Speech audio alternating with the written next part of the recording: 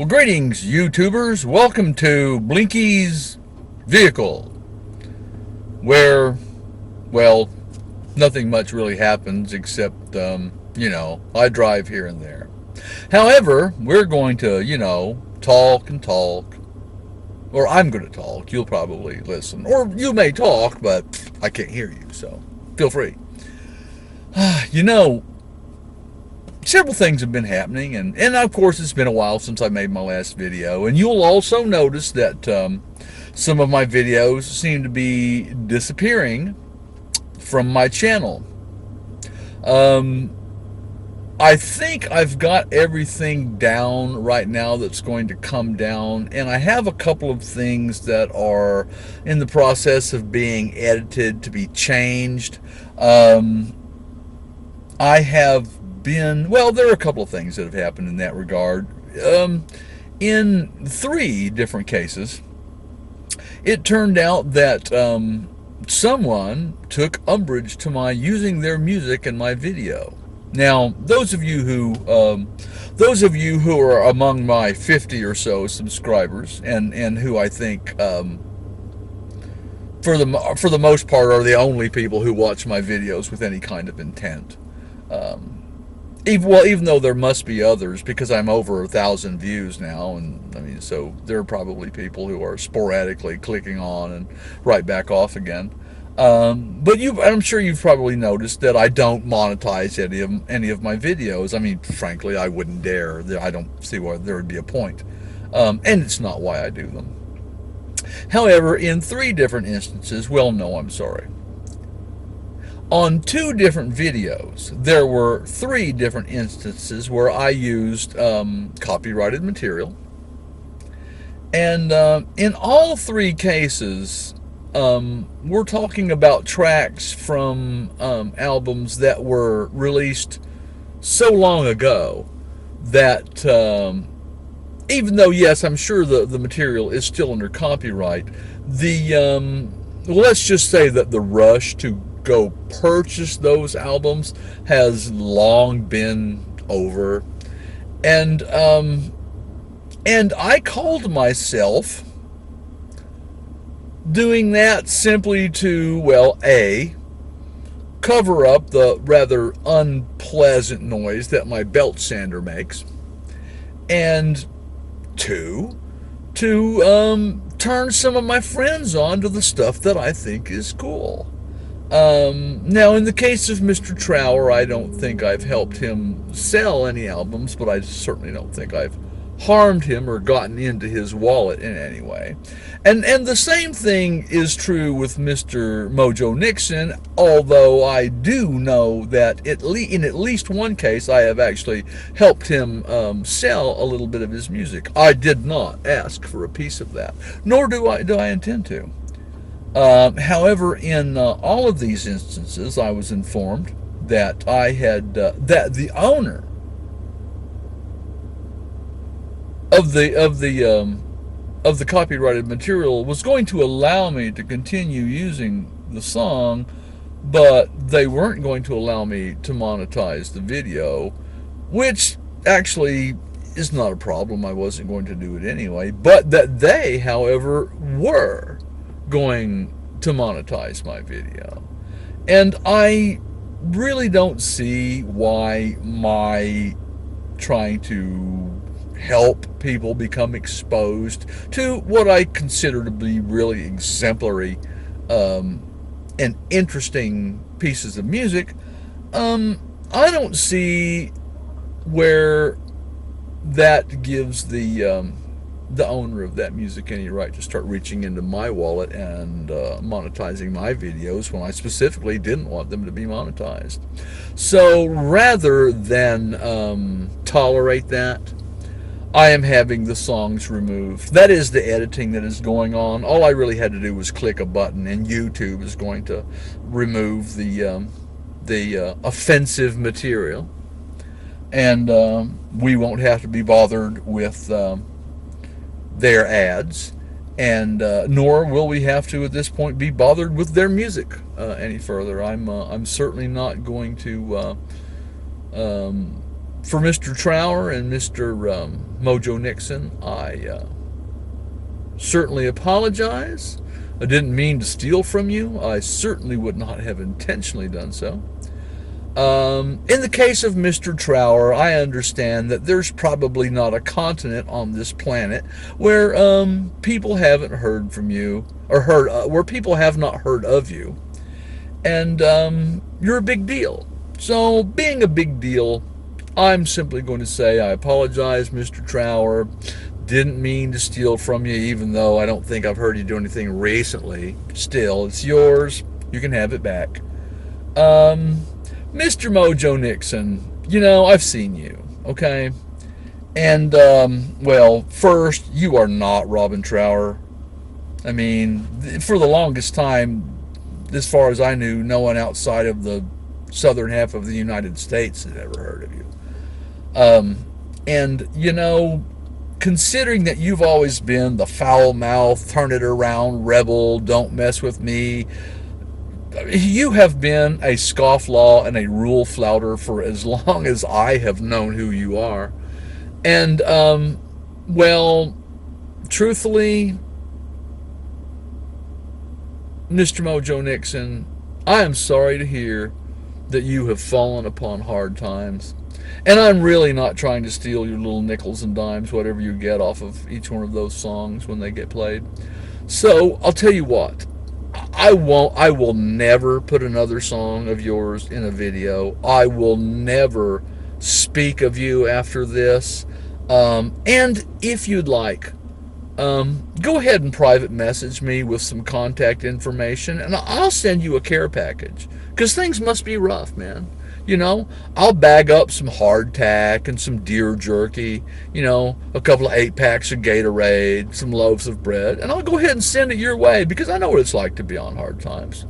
And, considering, the amount of people that I'm sure you've pissed off in your life, you probably are having some troubles these days.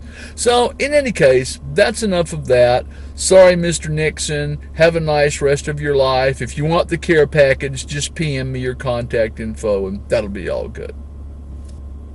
I've tried to compartmentalize my life so that my private life doesn't get crossed over with my professional life because you make enemies, and I don't want people to really be able to find me. More importantly, I don't want people to be able to find my family. And I'm not sure how I'm going to handle that, although that gets to the next reason for some of the videos having been taken down, which was that as I viewed them, I saw in the field of vision street signs and other indicators that would make my location very easy to find. So I just took those. I didn't even bother to edit those. I just took those down in their entirety. The selfie stick thing had several street signs inadvertently show in it. I just and rather than worry about what can you tell from this or what can you tell from that, I just took the whole videos down. I took down the leather micarta video because it was ignorant and it didn't work and it wasn't even a good idea. I may take down the videos where I make the sides, the plexiglass or perspex sides, where I'm doing that, because they ended up also to be a disaster that I didn't use. And I'm playing with the air conditioning because it's pretty muggy in here, so I'm not going to sit in here and just cook. And I'm not going to sit here with the windows down because I don't want people to hear me, and frankly I don't want to hear them.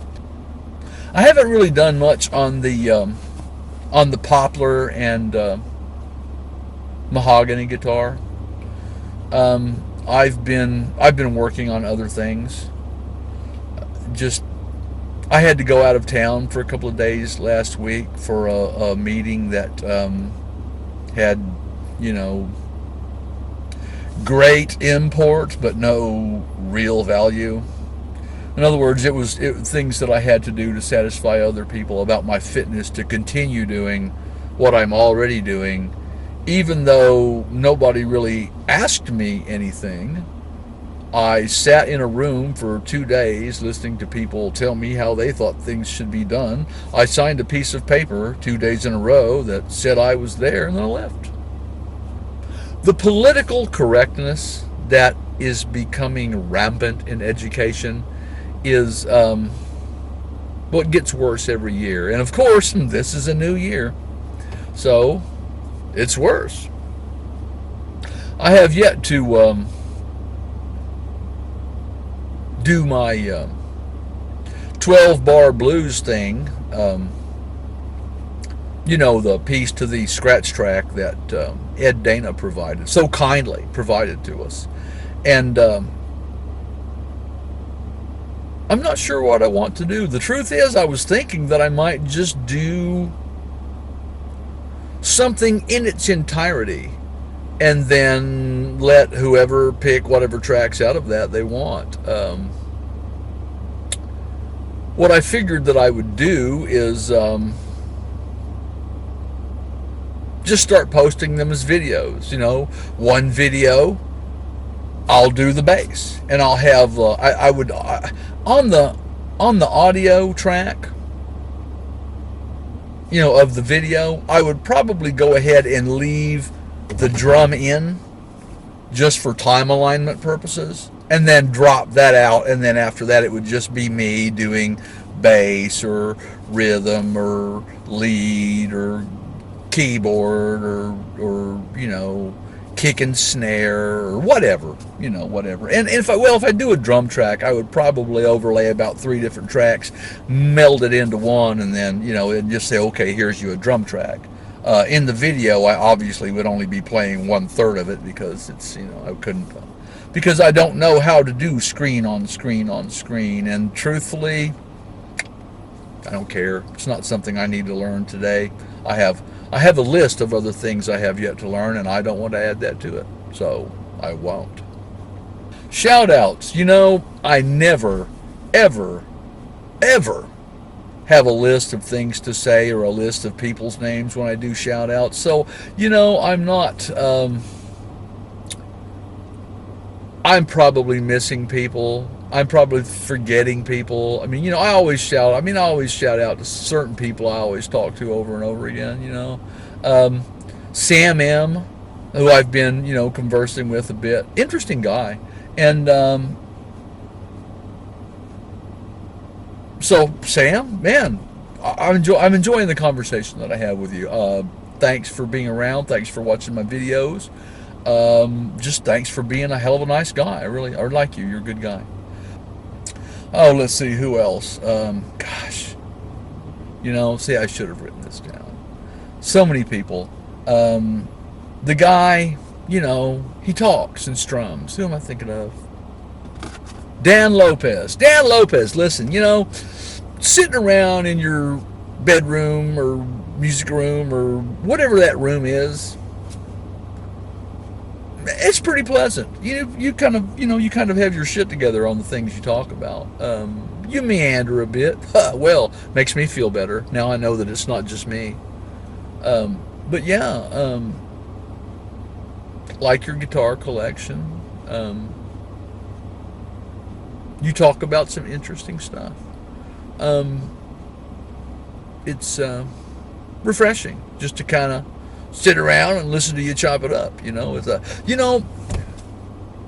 There are some videos here in our YouTube community that when you see one of those videos, you want to stop what you're doing and pay attention.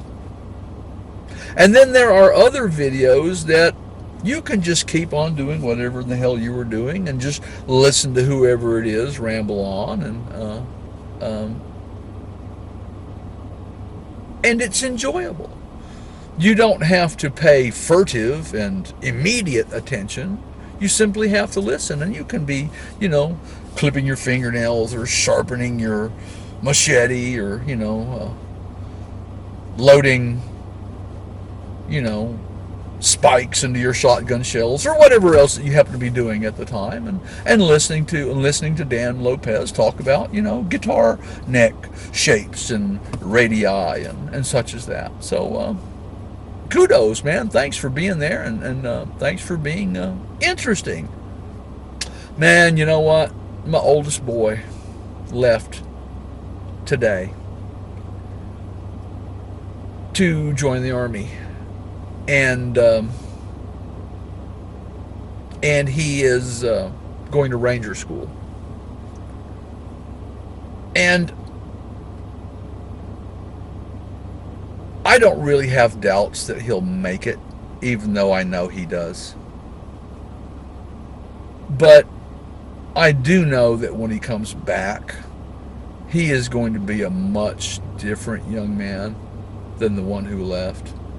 And I really had a soft spot in my heart for the one who left. So even though I am excited for his future and for him, I feel like I lost something. And so does his mother. And, well, the reason we feel like that is because we did. We did. Music. Oh, man, you know what? Haven't been playing that much lately. And I consider that a confession of something that that I'm not very proud of. Because, man, if anybody needs practice, it's me. It's just that I don't. Have any of you noticed that as you age, it seems to take forever to get your hands warmed up and limbered up and just loosened up to the point where you're even adequate. When I get frustrated at how I miss this or miss that, and I know that it's not simple playing fluency, it's just that my hands are stiff, and I'll go back into the bathroom and run a sink full of hot water and just dip my hands in it and stretch them and move them and heat them up, and then when I dry my hands off, I really am more limber and stretched out and actually able to play better just simply for having dipped my hands in hot water and warmed them up a little bit and stretched them while they were hot and while they were warmed up. So, getting your hands in shape.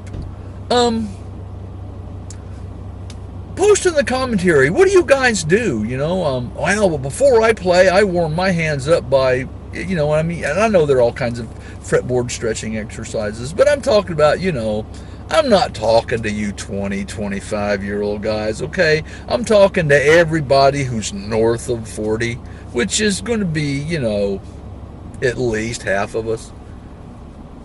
And how do you do it? How do you, what tricks do you have for, warming up and keeping your hands limber, or just getting them limber when you're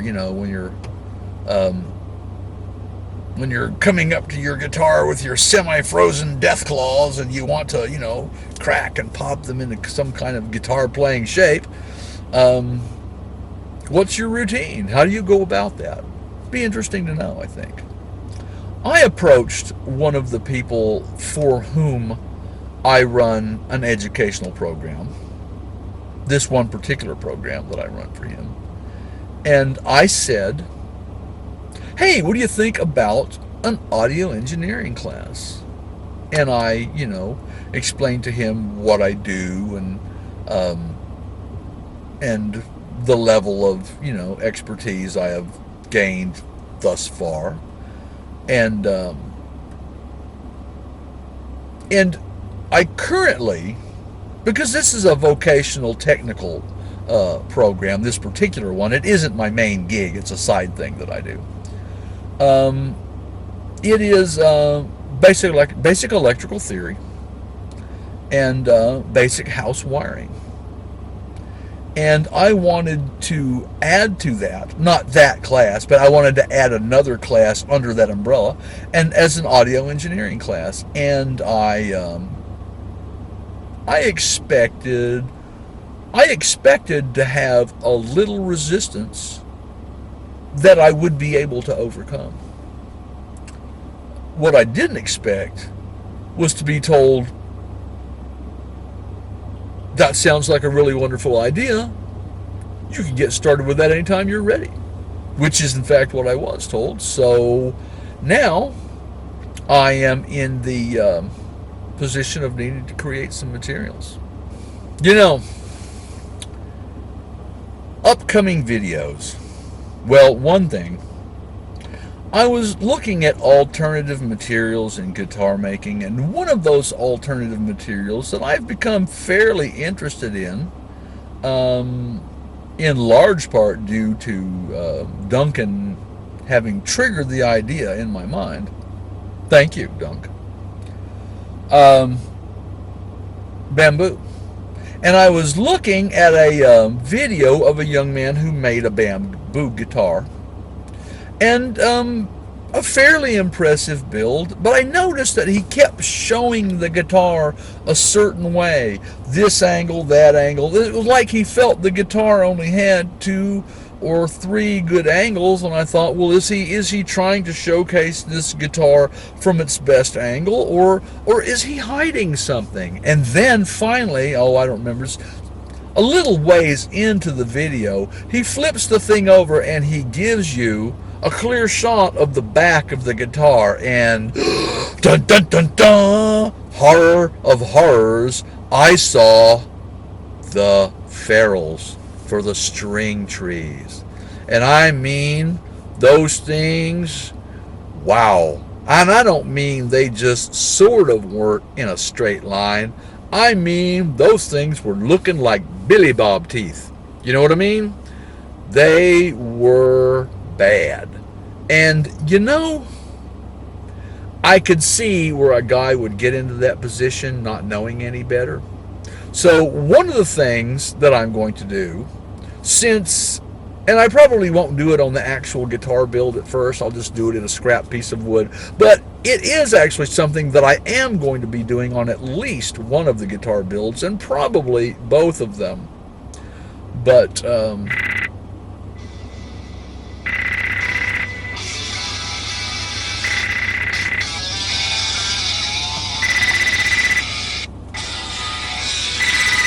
Van Halen. Hello. I will always, I do believe, be posting any instructional videos that I create. I will be posting them on YouTube prior to my using them in the class. And in fact, this may well be